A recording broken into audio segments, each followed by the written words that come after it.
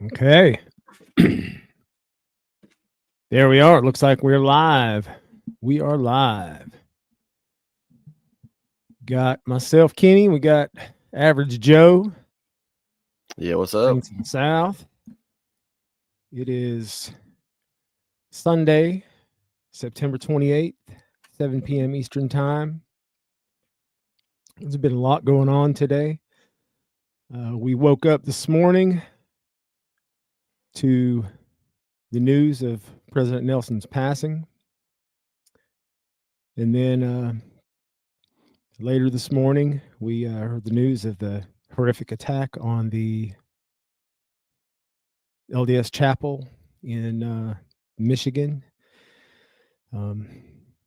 Several people were shot, as far as we know. I think so far, including the gunman, I think 2 people are confirmed dead.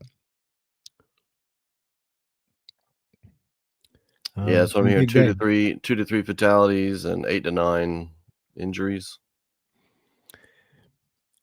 Yeah, the last thing I saw, there was several in the hospital in critical condition, and they didn't know yet if anybody was not able to get out of the building because the building burnt to the ground. I don't know. I saw the drone video footage and the pictures of the building, and I was kind of shocked actually, because the most Latter-day Saint chapels are built primarily, the exterior and interior walls are concrete block, and I don't know, that building somehow, it seemed to it burned up pretty quick. It seemed like it just burned to the ground and didn't take very long to do it.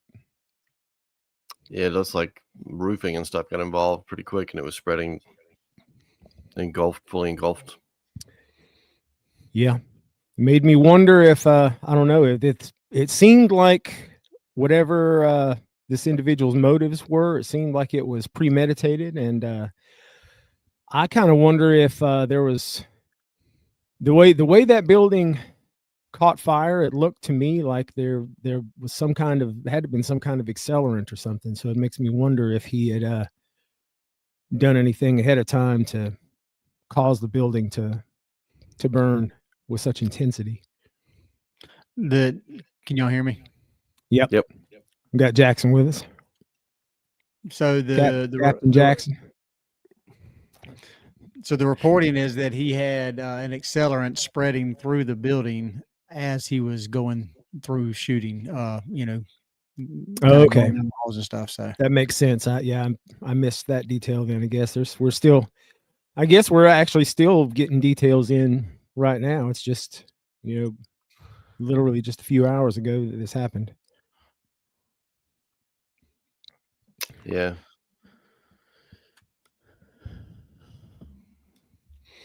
Sad day. You wake up to President Nelson's passing, and it's not really, I mean, you mourn, but he was 101 years old, lived a great, strong life. And so it's more of a celebration of his life. You start thinking about, all the memories and the general conference talks and the impact that he had, not just on the church, but on the world as well. A renowned heart surgeon, known worldwide, and had just done great things. And then, of course, as president, prophet of the church, was huge in reaching out to other faiths, interfaiths, the NAACP organization, and just constantly reaching out to other organizations and leading the charge that way. So you're celebrating his life and what he did. And I woke up, on the way to church, and you go into church and then you leave church, and on the way home, you find out about the shooting. And that's just a completely different feeling when lives were taken that were incomplete and lost in tragedy. So just 2 different sides of the spectrum when it comes to the experiencing the loss of life. And in this situation here, it's, obviously the Latter-day Saint faith, and tough times for those individuals. Yeah. Yeah, it's hard to know what to think, what to feel with. I mean, it just seems like a crazy news cycle kind of world, rapid fire with so many things going on. With recent assassination of Charlie Kirk, and that involved a church member, and his family, who are church members, turned him in, and then like you said, all of this, and it's within just a few weeks of all that, and you're still kind of And then there was the processing. We're school still trying to shooting. get news. Yeah, and the school shooting, and the murder of the young lady on the kind of the subway or the public transportation in the Carolinas. So yeah, there's just so much going on so fast, you can't hardly process it. What do you think? What do you think President Oaks is experiencing right now, as he is the Sure. one set to take the- take the stage? Quite a day for him. Right. Yeah. It's it's got to be rough. Anticipating taking on that responsibility, especially in light of everything that's going on right now in the country, and like with the attack on the church in Michigan. Mm-hmm. Have y'all? So what kind of reporting have y'all seen on the attack? Just briefly, we were talking about the last we'd heard 2 to 3 fatalities, 8 to 9 that are still injured and being treated, and there was a report earlier on a possibility of more being discovered once they get into the building because of the fire issues. They couldn't go and clear the building, so there's a possibility for more. Right. Although I have not heard anyone say that there are people unaccounted for, which I find that surprising. It seems like something missing from the reporting in that regard, that if you have, obviously the people that left, if someone's missing, a spouse, a cousin, a child, that you would be kind of standing in line saying, hey, I'm missing someone. There are people unaccounted for, but I haven't heard any news about anyone being unaccounted for. So that's the only thing that's kind of perplexing to me, or in the dark. Yeah. Yeah, same here. I was just thinking, earlier today, obviously just rolling back thoughts on President Nelson and kind of some of the impacts and stuff, and looking over some of his quotes and things. And someone had mentioned, it was close to 20 years ago now, I don't remember exactly when. Who was the who, I think he was previously the oldest. Now it's, it was President Nelson, but was really old apostle, and he was giving a conference talk, and he started getting really shaky up there. Oh yeah. Worthland. Remember Worthland? Yes. Worthland. Yep. This would be Yep. Worthland. And so it was President Nelson who stood up there with him, kind of literally held him up so he could finish giving his talk. And I thought, yeah, it was really touching, and kind of shows you his heart. He's definitely, he's, a giving heart, a caring heart, a nurturing heart. I mean, he was in the medical profession and heart surgeon, renowned heart surgeon, so you can see that part of his being really shone through, I think. And then another thing that stood out to me was, and this is just a few years ago, he did a lot of work with the NAACP, a lot of outreach. He did lots of outreach, with different faiths. And I know President Hinckley did that as well. Really big on outreach and stuff, and interfaith dialogue and things. And President Nelson did quite a bit, I thought, with the NAACP. And I don't know if it was the president of the NAACP or what, but referred to President Nelson as a brother from another mother. And That's right. I got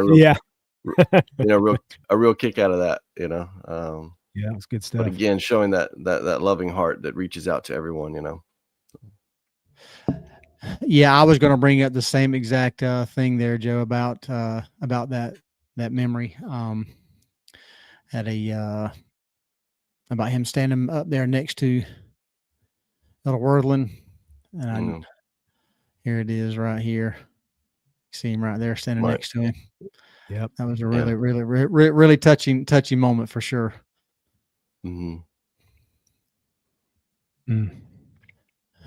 Did y'all see what President Trump shared? I did. I saw a couple things. He shared one thing about the church, the attack on the church there in Michigan, and then he also shared a separate thing about President Nelson. Yeah. Yeah, very, very Yeah, kind both. words, I thought. Yeah, both were really really good stuff. Yes, President Trump says Russell M. Nelson, the president and prophet of the Church of Jesus Christ Latter-day Saints, passed away last night at the age of 101. He just had his birthday earlier this week. Russell was sharp and engaged in service up until the end. Our hearts and prayers are with his incredible wife, Wendy, his 10 children, 57 grandchildren, and more than 167 great-grandchildren. That's a lot. Wow. Yeah. Yeah. As well as members of the Yeah, church man. all over our country. Russell had a remarkable life, pioneering life-saving heart surgery techniques, and of course, his ministry of many decades. He was a physician, literally and spiritually, and will be greatly missed. Well, You know, our when we get a new president and prophet at the helm, you know, over the years, it gradually gets maybe more and more recognition. You know, when there's a change with the Pope, with the Catholic Church, you know, that's that's world news. That's all over Fox News, Yeah. CNN. You know, I mean, and they stay active. The interesting thing, one of the differences is that, you know, it's kind of a mystery. You know, they've got maybe a list of individuals of who they think it might be, but we know right. who's next in line. So it's no mystery. Well, that it's very interesting. I'd like to talk about that for a minute, because we say that, however, the pattern that's been established since the Restoration is not like inculcated in any kind of Correct. actual church doctrine or Correct. policy or anything. It's just kind of it's, you know, been basically the tradition. It's really interesting. I actually this morning, when my wife woke me up and told me about President Nelson, like, she, you know, we were talking about that, and I was like, you know, it would be interesting. I wonder if in our lifetime we'll see a break from that tradition, because it really is just a tradition. And so she looked up on a actual church newsroom, has a really neat article about succession in the presidency of the Church of Jesus Christ of Latter-day Saints, and talks a little bit about how that happens in such an orderly way. And they say that when the president of the church passes away, the following events take place. Number one, the first presidency is automatically dissolved, and that usually happens after the funeral of the previous, if I'm not mistaken, or president of the church. Number two, the two counselors in the first presidency revert to their places of seniority in the quorum of the 12 apostles. Seniority is determined by the date on which a person was ordained to the 12, not by age. Number three, the quorum of the 12 apostles, now numbering 14 and headed by the senior apostle, assumes church leadership. The senior apostle presides at a meeting of the quorum of the 12 apostles to consider two alternative propositions. Now, this was interesting. So they meet and they consider, one, should the first presidency be reorganized at this time? So they discuss that, if that should even happen at this time, or if it's something that should be postponed, or, you know, they seek revelation, inspiration on that. And number two, should the church continue to function with the quorum of the 12 presiding? So then number five, after discussion, a formal motion is made and accepted by the quorum of the 12 apostles. If a motion to reorganize the first presidency is passed, the quorum of the 12 unanimously selects the new president of the church. The new president chooses two counselors, and the three of them become the new first presidency. Throughout the history of the church, the longest serving apostle has always become the president of the church when the first presidency has been reorganized. So it's interesting that that's just how it's been. But then number 7, following the reorganization of the first presidency, the apostle who has served the second longest is sustained as the president of the Quorum of the 12. When the second longest serving apostle has also been called into the first presidency as a counselor, the third longest serving apostle becomes acting president of the 12. Number 8, the president of the Quorum of the 12, along with the rest of the apostles, sets apart the new president of the church through a formal laying on of hands. Since the church was formally organized on April 6th, 1830, there have been 17 presidents, including President Russell M. Nelson. So this, and like I said, this is from the church's website on Church Newsroom. And basically the only thing that has to happen is that there has to be a consensus among the 14 apostles that are, united in that body after the first presidency is dissolved. And so, in theory anyway, it could if all of those, I guess the quorum of the 14, it would be at that time, if all of them were in agreement and received revelation that something different was to be done, then theoretically, something different could be done. But it would have to be, like I said, the way I understand the church policy is the only thing that is kind of set in stone is that it has to be unanimous among the apostles, the acting apostles at that time. Right. And even the keeping of the counselors. It is present. Do what? I was saying that even the keeping of the counselors and stuff was a pretty consistent pattern. Only a couple times as it deviated from that. But one of those times was recently. President Uchtdorf was a counselor, but then under President Nelson was not a counselor. But that's a tradition that for most of the time it was that way. You would just retain the counselors. But a few examples of that not being the case. So yeah, I actually I kind of like, I was saying, I really, the way the Catholic Church does it is kind of cool because, as we were talking this morning, my wife and I was like, wouldn't that be cool if we did the same thing? Basically, like the quorum of the 14 would like call this, like a sort of a conclave.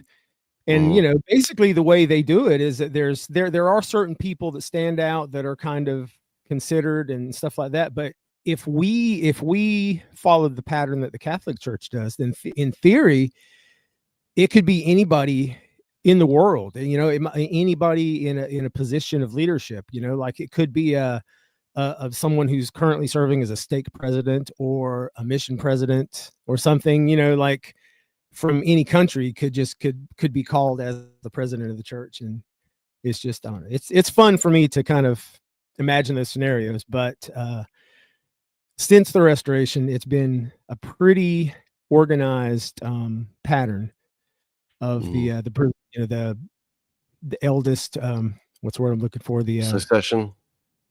Yeah, the senior apostle, the one who has served senior most longest. apostle.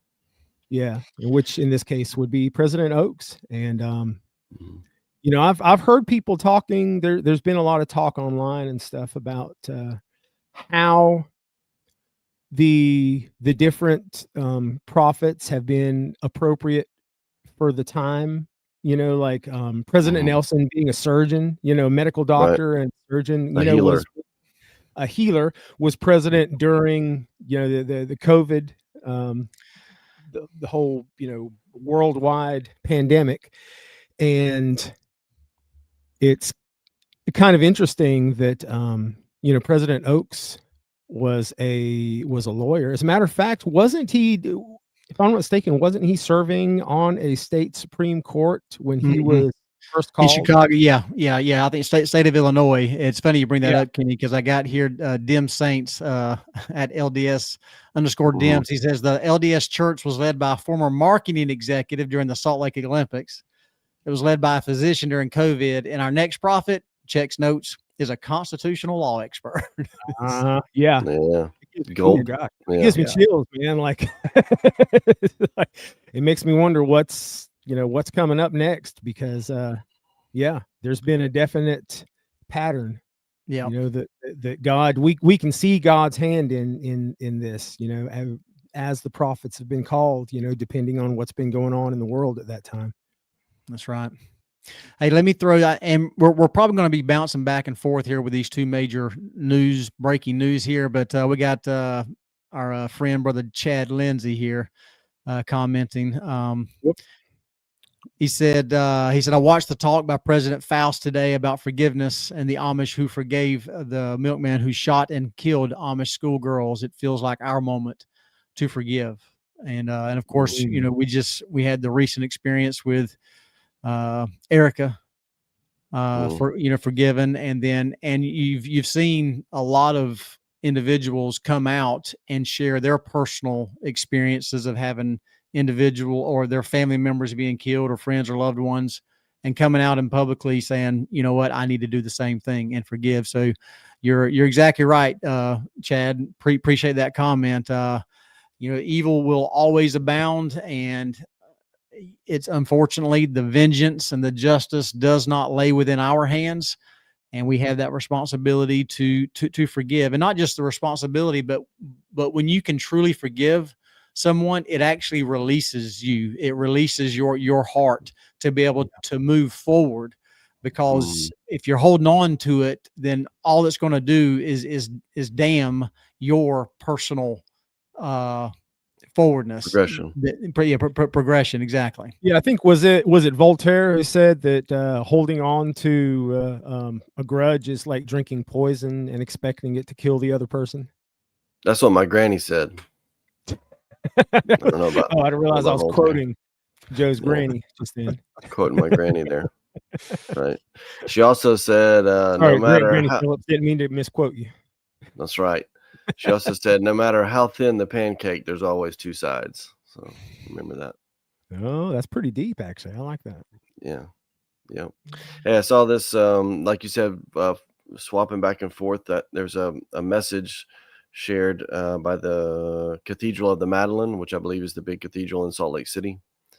They shared a message about President Nelson's passing. They said, as the mother church for Catholics in Utah, the Cathedral of the Madeleine joins the world in mourning the passing of President Russell M. Nelson. We offer our condolences to our brothers and sisters of the Church of Jesus Christ of Latter-day Saints. Earlier this year, President Nelson gave us words of comfort at the passing of Pope Francis.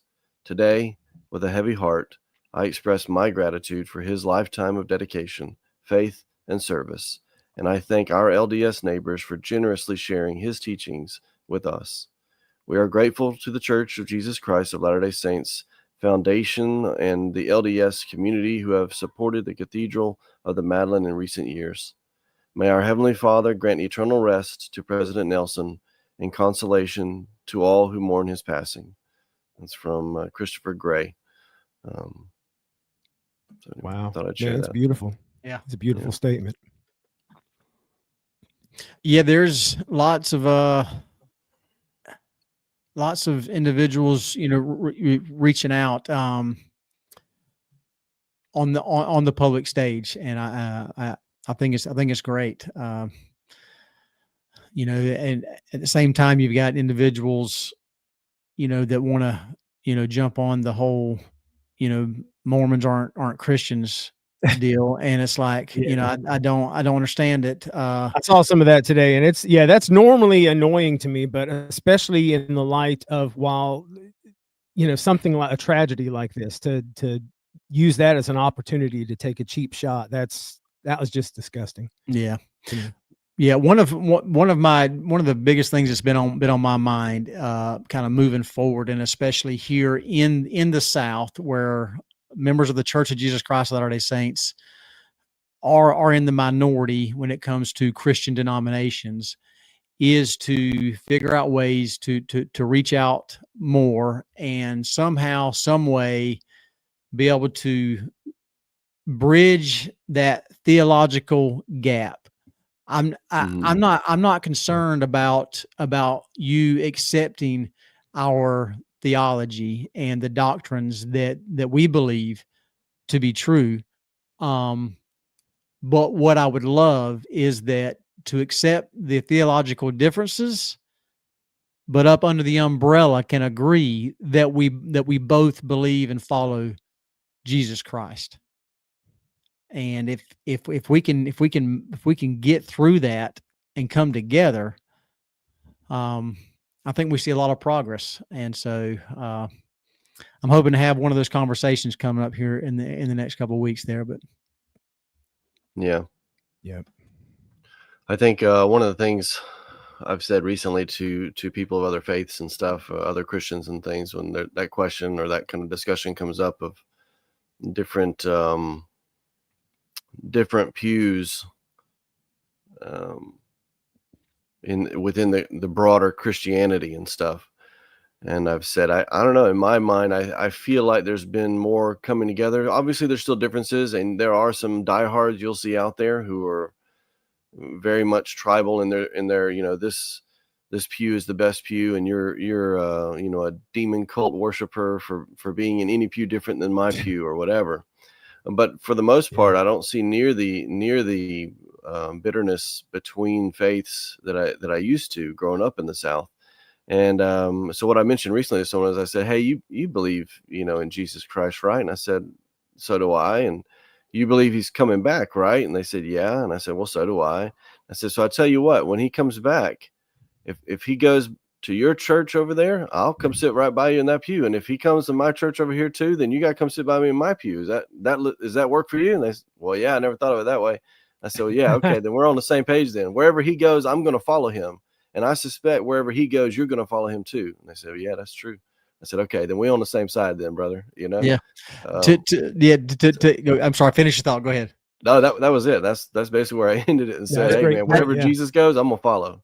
I would leave it with this. As a matter of fact, if he shows up on your pew, be sure and put me in your speed dial. All right. Okay. Yeah, and I'll do the same. Right. I'll do the same for you. If he shows up over here, I got you my speed dial. I'll let you know. Right. So, yeah. I mean, that's ultimately it. We're followers of Christ. That's right. And I think that's what defines Christian. So. That's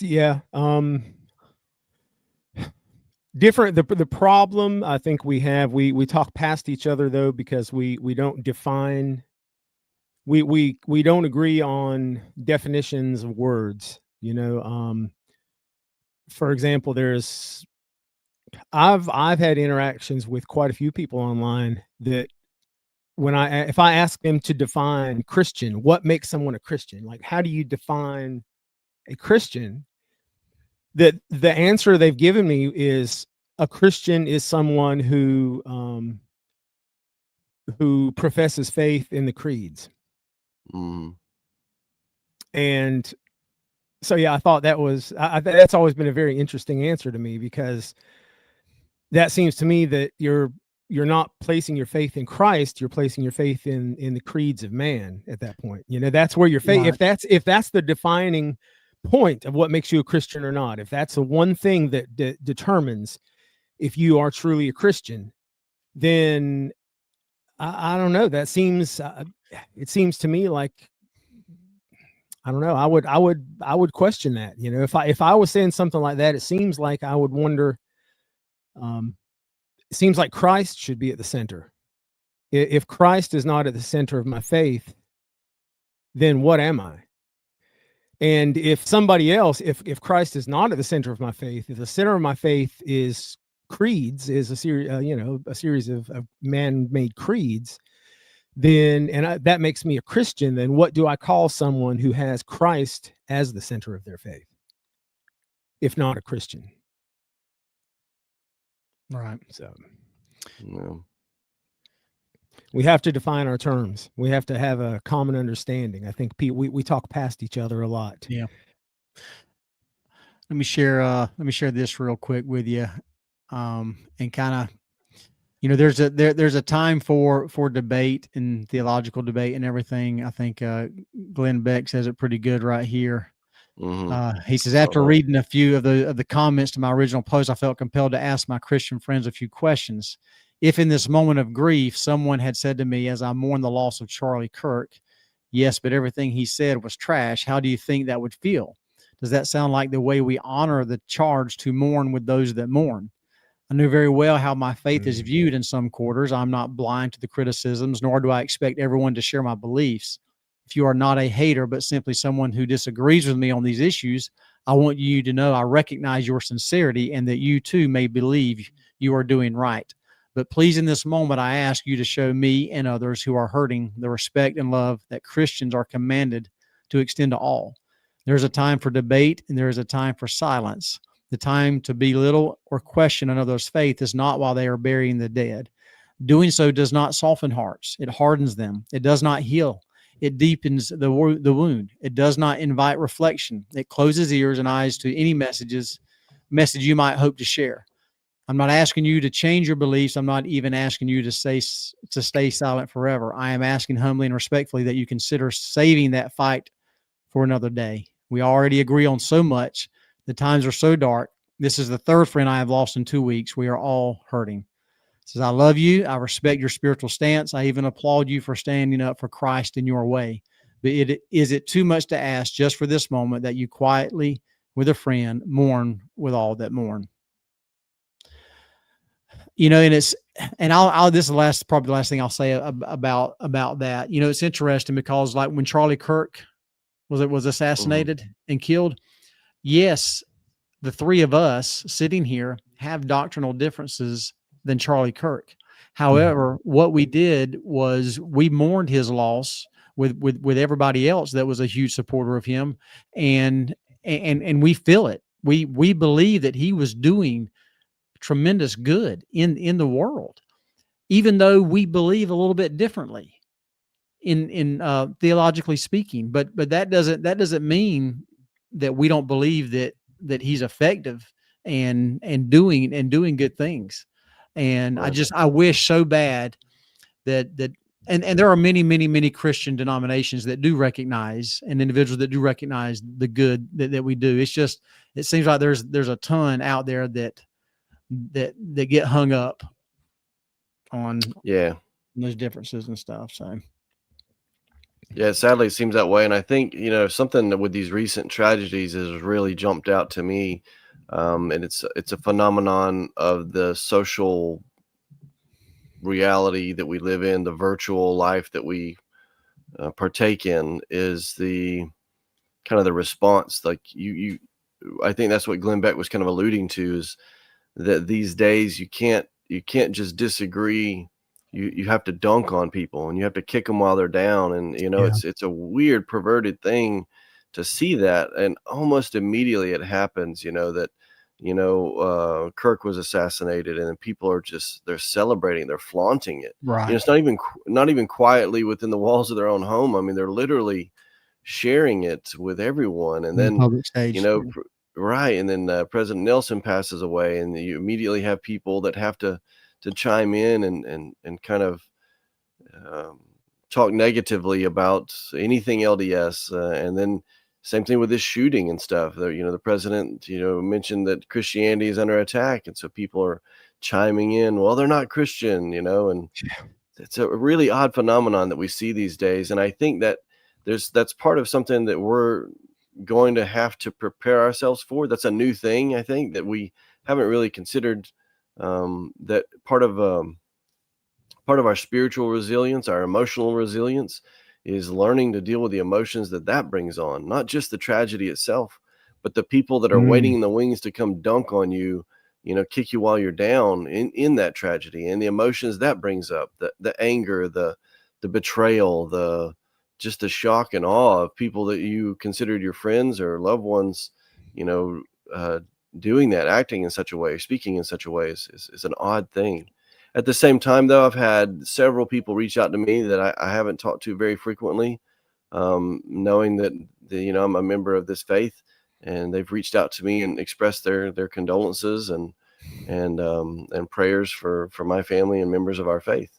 So there's always balance. There's those things. You'll find what you focus on. If you want to focus on the negative, you'll find plenty of that.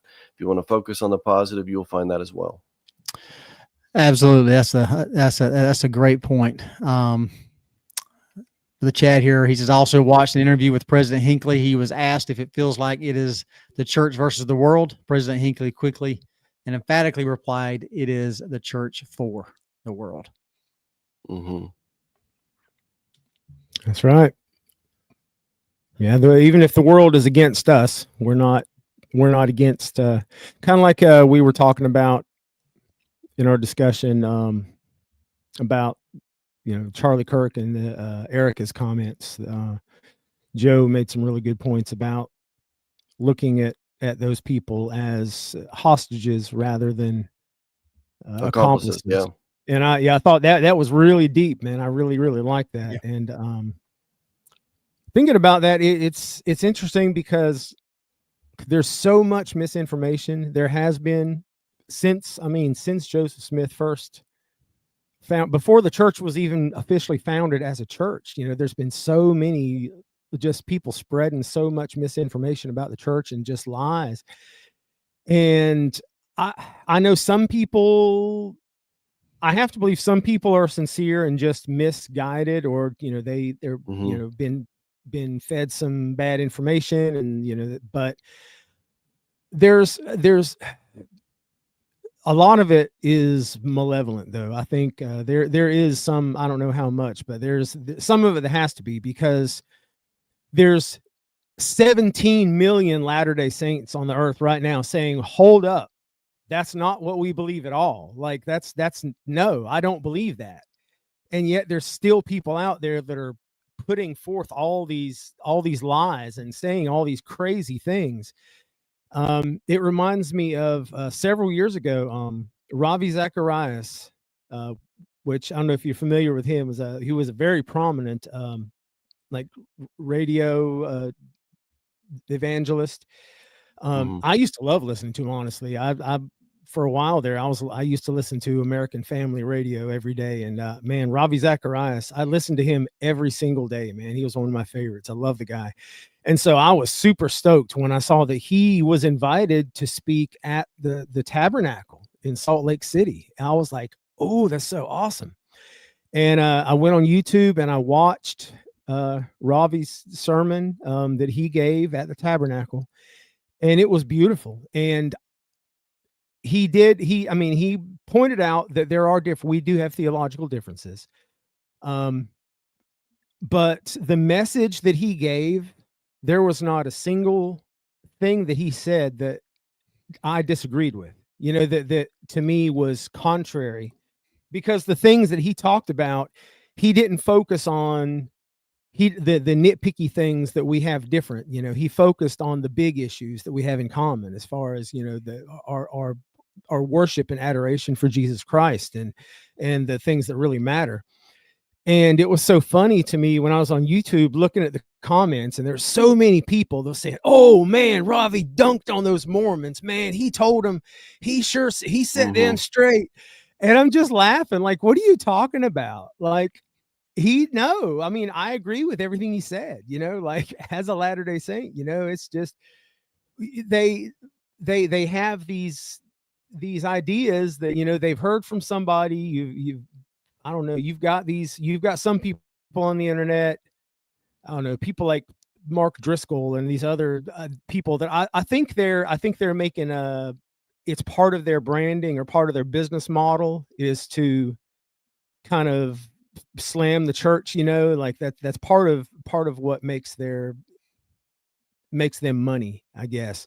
Yeah. So I think because there are people that I know they're not stupid, they have to know better, but they're still pushing out, saying these things that they have to know are not true, that they have to know are completely false, because they've had to have been corrected so many times, but they still insist on saying all these things that they know are false. And which is sad, because then there's a lot of people that trust these individuals. Right. And then they take what they say as truth. And they're like, oh, I never knew that. I never knew those Mormons believe such and such and so and so. It's, that's, and it spreads, it exacerbates the division between us. Let's shift gears a little bit. What do you think about security issues, plans, local units, ward buildings, branches. So I know the official church policy is that no firearms are allowed inside church buildings. However, I you know, I know there are people that are carrying, and those people are. I think it's if you are proficient, if you are trained and proficient with a firearm, and you are the kind of person who would be able to act decisively in a moment of crisis, then yeah, I think it's admirable to be willing to, I guess, transgress a policy, if for the greater good of, protecting, your fellow congregants and those in your ward. So correct me if I'm wrong, My but opinion. I'm under the understanding that that the shooter was engaged by individuals who were carrying. Is Yes, that I believe one of them in the was a member of the report? bishopric. that- Right. Yeah. That's what I've read. So yeah. Yeah. Preliminary. Yeah. That's a good word to use there, Joe. So Yeah. And that rule, that policy is, I think it came out in 2019. Is that right? yeah, I don't know the exact date of that. So. Well, I mean, my only point is it's fairly recent. And does anyone know? I've heard lots of talk about it. That is a liability issue. It's a risk issue. If you've got everybody, any Brother Smith walking around carrying a concealed weapon, and challenges with that for safety, and I don't know. Yeah. Yeah, there was a video of the church, and you remember a few years ago there was I don't remember what. I think it was just like an evangelical Baptist maybe church somewhere in Texas that a shooter came into, and there was video of there was I think at least 2 members of the congregation that stood up, and they they pulled their weapons and they acted very decisively, and they potentially saved many lives. Right. Because this individual came in with the clear intention of causing as much destruction as he was able to, and the target was neutralized, as they say. I love that. That's one of my favorite phrases in the English language. it's a very polite way of saying it. The target was neutralized. Mm-hmm. Yeah, here you go, Joe. October 10th, 2019. Safety in chapels is the responsibility of every Latter-day Saint. So here's the update to security guidelines. Changing Church of Jesus Christ Latter-day Saints.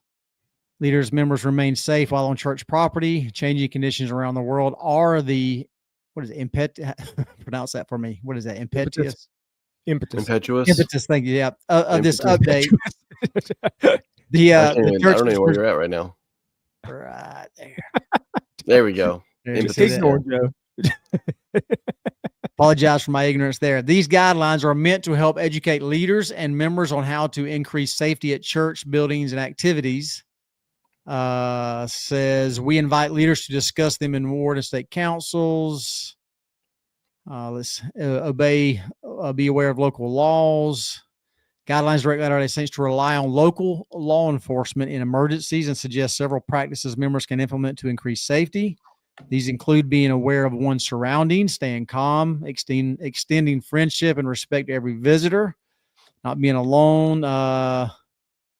Let's see here. Here we go. The guidelines conclude with counsel on how to respond to an active shooter or other active assailant. These instructions are taught by law enforcement, security industry experts. Here we go. Run, flee immediately, hide, and then fight. As a last resort, if there's no time to run or hide, fight back against the assailant. But if you don't have anything to fight with, using anything available as a weapon and fight to stop the assailant. I don't know, man. I don't know. I think in the South, though, they reversed it. The fight was first. They did in the South. I think Yeah. that's how I thought it got. Mm. No, That's it's a tough. tough one. It's interesting too because the church is a global church. So we talk about it obviously from our perspective, not only as members of the church, but as Southerners. I think that does color our mind a bit on what we feel is right or what we feel is reasonable. I've seen several postings on social media that wards on essentially have assignments made of people who are, to Kenny's point, who are trained, who are capable, who are judicious in use of force, and they are literally assigned about the it's interesting. I've seen several people reference that there are 3 people assigned to be seated in different parts of the chapel to be ready for such a threat, to respond to such a threat. And that's unofficial, but it seems like it's not unusual that that's been going on since that announcement in 2019. But being a global church, it's interesting. We have this conversation, pretty serious conversation about it. And most places in the world, it's not even a thought. It's not even It's not even an option. an option. Yeah. Yeah. Right. So that's something to just a consider given. too. Yeah. Yeah. So Kenny, I don't know if you remember. So I served from 2013 to 2018 as bishop. We had an active security group, designated individuals that were assigned to our security team, and there was a time period where we did actively kind of roam the halls. I had individuals on the security team that would Mhm. actively, Right. go around. It wasn't always the case, but we did have an active security team in place. And Yeah. now the question has been answered. Can and will Mhm. it ever happen in one of our chapels, local chapels? The answer is emphatically Yeah. yes. Yeah. Yeah, I wonder if it's a liability issue because that's one of the things I've heard multiple times, and I've heard that for various things in the church. I know, for instance, we've talked about just recently having a blow up slide thing or something like that, and apparently that's a problem down here. Even though that's something commonly done at other church buildings, I guess they Here, overlook it or yeah, something. But Yeah, we're not allowed to have that on church property, right, because of that's the a liability liability. thing. In church sports, I've heard that's a liability thing with, church Yeah. basketball or ultimate wrestling, whichever you want to refer to it as. Um, here, that's all liability issues, and so I wonder if there's got to be some sort of a change there to say what is reasonable, what is a better path forward, and I wonder if there's room for legislation there. I mean, think about this. The thought occurred to me that with rendering first aid to someone, doing CPR or something like that, that you cannot. It's a Good Samaritan laws is what they call it. You cannot be Yeah. held liable for a poor outcome when you're trying to help. You're doing your best to help someone in a crisis situation. Then I wonder if stuff like that would apply to things like this. To say that there are certain people that we feel would be best positioned, best trained, best whatever to respond in a worst case scenario. It would be better than nothing. And if so, then we release them from liability or litigation or whatever.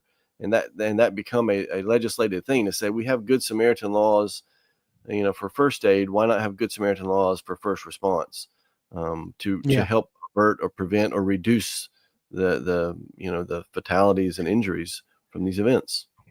Yeah, I know yeah, that I we think definitely have done that like, Jackson, when you were bishop, I know, I was, serving the stake high council at the, previous state conference, when we had a visiting authority, and whenever there is a visiting authority, the security is especially tight, and I know at that time there was, um, kind of like you were talking about, there was an established, security team.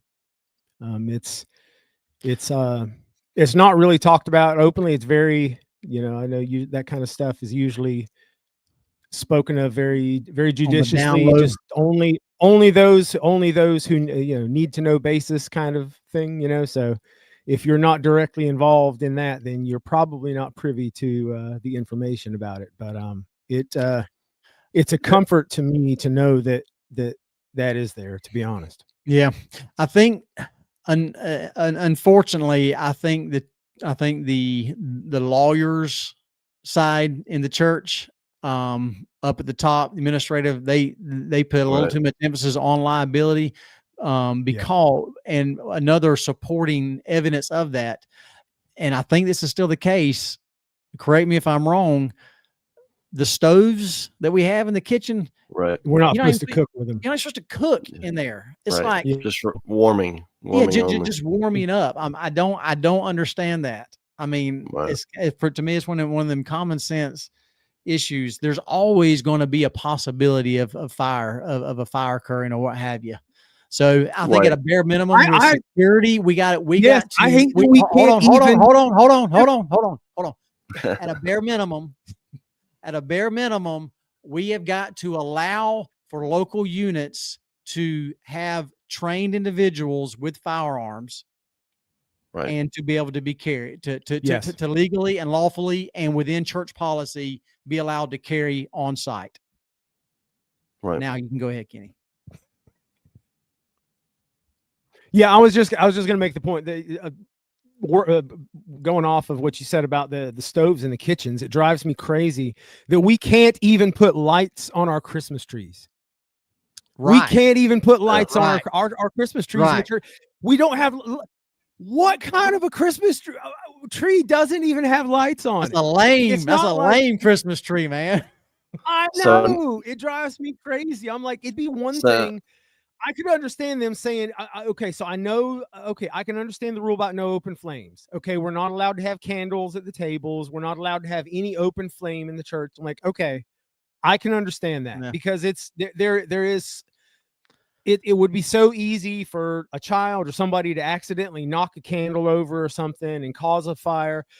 But I mean, you can't put a little string of some little LEDs on a Christmas tree in the foyer. Come on. Just make sure it's unplugged when you leave the building. Right. Do- That's funny. You know, y'all are giving people lots of ammo to dunk on us now. Like, That's what? right, The exactly. LDS people, the Mormons don't even use their ovens in their kitchens. What No, the they- heck? The They problem- are weird people. Yeah, that's the- right. Now, I think no the lights on problem, though, Christmas legally- tree. Yeah, that's a cult for sure. What the heck? Yeah, I think the problem legally is that we are very unique as far as churches go, in that, you know, there are other churches, there are bodies that are unified, like the Catholic Church is a global church, but Yeah. it's not. Still, it doesn't operate as a single church. There is a central leadership as far as doctrine and things like that, but there's individual dioceses and things, and there's, when it comes to finances and budgets and things, like the Church of Jesus Christ of Latter-day Saints is unique in that, to my knowledge, and you can correct me if I'm wrong, I don't know of any other organization on earth, a church that is that large that operates as a single unit, because it really is. We do operate as a single church. It's not, Right. it's not just that we have a central leadership and there's, the stakes or, autonomous or whatever. It really is. It is literally one church. And so it's not like, and I see, a lot of people know that the church has money and stuff like that. And, so we have to be very careful. And it's just like the movie, if you've never seen the Saratov Approach, I highly recommend it. And that's a true story. If you remember in the 80s that there were 2 missionaries that were kidnapped in Russia and held for ransom. And the church has a very strict policy of not negotiating with kidnappers or terrorists at all. And that was, man, it gives me chills, because if you know the story, if you watch that movie and you know the story behind it, it's inspiring that God is involved in the details of his church, and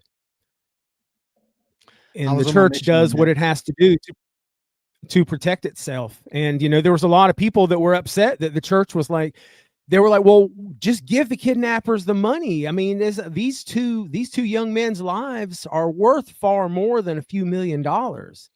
But that wasn't the point. You give them The the few point $1 is, million, and now you have endangered all the other missionaries. yes, exactly. Missionaries all over the world would be immediately in danger.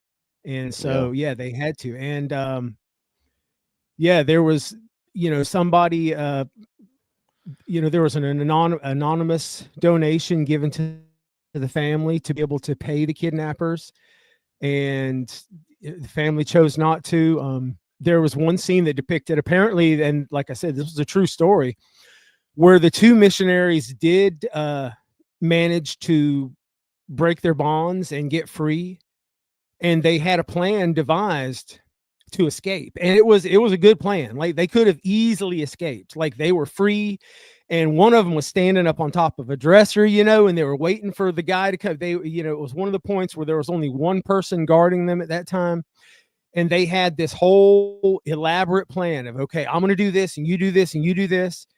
And then one of the two missionaries was like, no, this this just doesn't feel right. I feel like that's not what we're supposed to do. And they literally put the handcuffs back on their own hands. Mm. Because man, it's a great movie. And it really illustrates that that God is in control. And if we trust him, even in matters like this of tragedy, or potential legal disasters and all this kind of stuff, that things are going to be okay. So I'm with you, Jackson. I think adjustment will definitely be discussed and prayed about and considered and things like that. And I think I agree with you. I mean, that it makes sense to have, a handful of people in the church who are trained and otherwise, sober minded to put the assignment to them, that you're on watch, basically, kind of thing. Yeah. And it's not a foreign idea. I mean, if you think about it, if we were so risk averse, why would we send 18-year-old boys across the world driving vehicles, That's right. learning new languages, interacting with other cultures? I mean, that's the riskiest thing possible. And operating a stove in a church can't be more dangerous than an 18-year-old operating a microwave in some other country. Right. I mean, who all knows a missionary that tried to microwave an egg in a mug of water to try to boil it or something like that? It's not a great idea. So we take those risks. Those risks are our everyday thing. We don't even think anything of it. That's just part of the church. And then beyond that, I know Charlie is prone to giving the example that it's amazing that we can't cook food in the kitchen at church, but when a storm blows through the South, pull out those yellow shirts, and anybody that wants to can just run a chainsaw. You want to climb on a roof? Yep, right. here. Go ahead. That's right. Here's a slippery ladder. Go That's for right. it. That's right. Use your judgment, but everybody's judgment is not the right judgment. And so, yeah, just go ahead, climb on that roof with a chainsaw that's running, and good luck. Oh, yeah, man. Last hurricane cleanup, I was all up in the trees, man. There was one home where a very large tree had fallen on these people. They had a big shop in their backyard, and I had climbed up the trunk, and I'm way, way up in this tree, and I'm like, finagling with this chainsaw, trying to cut the limbs, and stuff. And it's playing just Twister with a chainsaw. One little slip, and I would have fallen 30 feet with a chainsaw running and potentially cut my own head off or something. But I can't. So, I mean, but I can't cook a casserole in the church. Right. That's what I mean. So, I mean, I think we just need to have a realistic look at that, at the church stove thing, at the inflatable thing, I think, and even the church sports. There's so much good comes out of that if you do it right. And I think you focus on doing it right, not on avoiding it altogether. Yeah. Yeah. Well, all righty, fellas. That's our hour. Anything else y'all want to? Yeah. Before we go, share? I know we've talked mostly about the attack on the church in Michigan, which makes sense, but I wanted to share a little bit about President Nelson before we wrap this up. Jasmine Rapley shared a video earlier today that was really cool. That it's kind of funny that oh my gosh, I can't remember which. Well, one of the major news outlets, it might have been NBC, said, published a story that said they didn't expect when President Nelson kind of took the reins of the church, that they didn't expect him to there to be any significant changes or any significant things happen during his tenure as president of the church, which couldn't be further from the truth now. And so she listed some of her top 10 things, and this isn't even all of them. There's actually, in the video I watched, there was in the comments people talking about mentioning several other things that President Nelson had put in. But the top 10 changes, and this is Jasmine Rapley's top 10. Number 10, rebranded the name and symbol of the church to focus on Jesus Christ. No more Mormon. So that was a big one. We moved away from the term Mormon. The Mormon.org became comeuntoChrist.org. The Mormon Tabernacle Choir became the Tabernacle Choir at Temple Square. Number 9, new hymn book to include more culturally diverse songs and include more traditional Christian hymns. Our hymnal hasn't been updated since 1985 or something like that. Sometime in the 80s, the last time the hymnal was updated. Number 8. Don't be acting like things from the 80s are old. I know when people say the 80s, I still think of the future. It said the 80s still feels futuristic to me. It's funny. It's how old I am. Number 8, missionary changes to clothing standards. Preach my gospel, rules around calling family, and changes to structure of service missions. So lots of changes for missionaries in the field. Number 7, home-centered, church-supported learning, including the 2-hour church and the introduction of the Come Follow Me curriculum. Number 6, massive changes to the presentation of the temple endowment. 200 temples announced, adjustments to ceremonial clothing, new recommend interview questions, digital recommends available, and new garment designs, which are all pretty big changes. Of course, none of this is doctrinal. It's just, most of it's procedural, but it is pretty big things. Number 5, Temple Square renovation until 2027.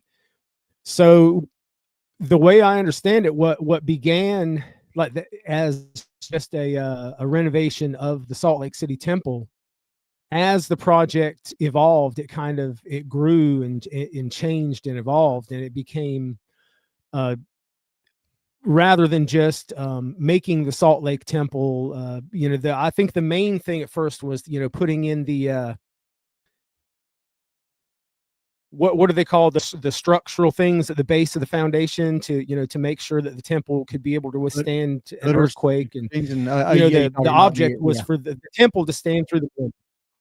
Yeah, and so that evolved into like all of Temple Square being completely renovated, and initially they were going to keep the live endowment sessions and add video components to it, and then that got changed to like the live presentations were done away with completely. So lots of changes. Number 3, the restoration proclamation to commemorate the bicentennial of the first vision. That was a big deal. Number 2, young adult YSA changes, including new age range limits for young single adults going to 35, single adults being allowed to serve senior missions, new church-sponsored YSA conferences, and YSA are now allowed to serve in bishoprics and stake presidencies. And then number 1, the Kirtland Temple was purchased from the Community of Christ. So there's some big things during President Nelson's tenure as president of the Church of Jesus Christ of Latter-day Saints. He's done a lot. He lived an amazing life, and it was just it was so funny to me because I remember as soon as he was ordained as the prophet and the president of the church, it's like he hit the ground running. If you remember, like it seemed like every general conference there was like people were like just so excited because there's like, oh man, what is he going to announce this time? We went from having like, maybe 1, 2, 3 new temples announced during general conference to every general conference there being a list of like 20 or 30 new temples being announced. It was just, it's great. It went from, being, if there was a new temple or two announced, it was a big deal, to President Nelson was constantly like, I mean, he even had to make a point to be like, okay, everybody, please, I know you're excited, but just hold your applause and your cheers, because he would have this list of new temples. Just everybody was just going crazy and just so excited. So there was so much. Yeah. So man, he was so vibrant. So man, that man had so much energy. He had the energy of more energy than most men half his age. And it was amazing. He lived an amazing life. A lot of things accomplished. And and just kind of reiterate, a lot of those things took place up under his tutelage and leadership, but it didn't all necessarily evolve up under him as president. A lot of those things were already in the works and everything, which just shows you the continuing revelation. But definitely reemphasize everything you said there. So, Joe, well, even his career as a heart surgeon, if I'm not mistaken, he was on a team that developed an artificial heart valve that is still in use today. Yep. So he definitely, he was part of groundbreaking medical research and development of medical. Well, if y'all want to stay on and keep talking, whatever you call it, medical devices. If y'all want to stay on and keep talking, y'all free to. I am about to jump off though. And I got to run too. Yeah. So we'll leave. We're gonna have to wrap it up. But we appreciate everybody coming on, and Chad, Lindsay, we appreciate your comments. Thank you for speaking up and joining us on here, and everybody that's been with us during this time. We still have a handful hanging on, but we appreciate it. Appreciate y'all's support, and remember the saints up there in Michigan and their those families up there. Mourn with those that mourn, bear one another's burdens, and until next time, y'all keep on striving.